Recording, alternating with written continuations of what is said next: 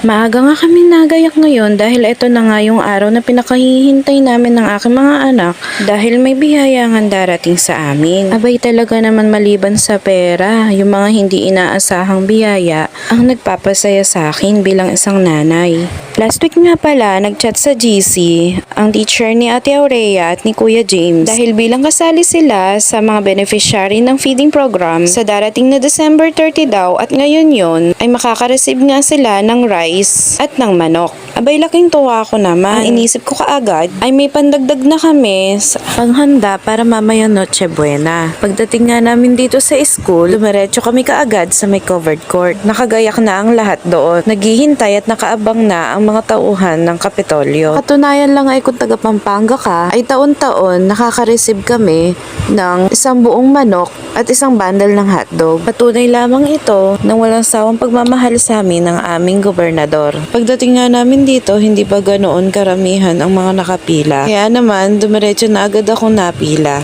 At nga pala, nauna na pala ang aking asawa na pumila para sa anak namin na si James. At nang nasa dulo na ako ng pila, ay hinanapan lamang ako ng school ID ng aking anak na si Aurea. Agad ko naman itong ipinresinta at kaagad ay nagpirma naman ako. At saka naman pagkabigay sa akin ng stab. Pagkatapos noon ay naupo na rin kami dito sa mga may nakahandang upuan sa covered court. Kasama nga namin pala ang aming bunsong anak na si Arkin. Abay sakto, isang buong pamilya kami.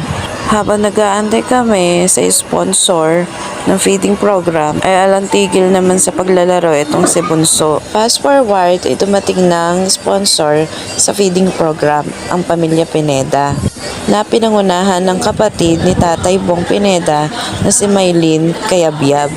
Nagsalita sa aming harapan si Maylin Cayabyab bilang pasasalamat sa pagdalo ng mga batang benepisyaryo ng feeding program.